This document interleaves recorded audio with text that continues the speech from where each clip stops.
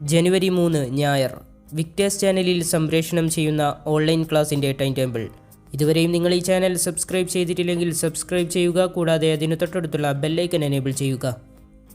Plus ടുകാർക്ക് രാവിലെ 8 മണിക്ക് physics, 8:30 mathematics, 9 മണിക്ക് സുവോളജി, 9:30 ഫിസിക്സ്. പ്രീ പ്രൈമറി കുട്ടികൾക്ക് 10 മണിക്ക് കിളിക്കൊഞ്ചൽ.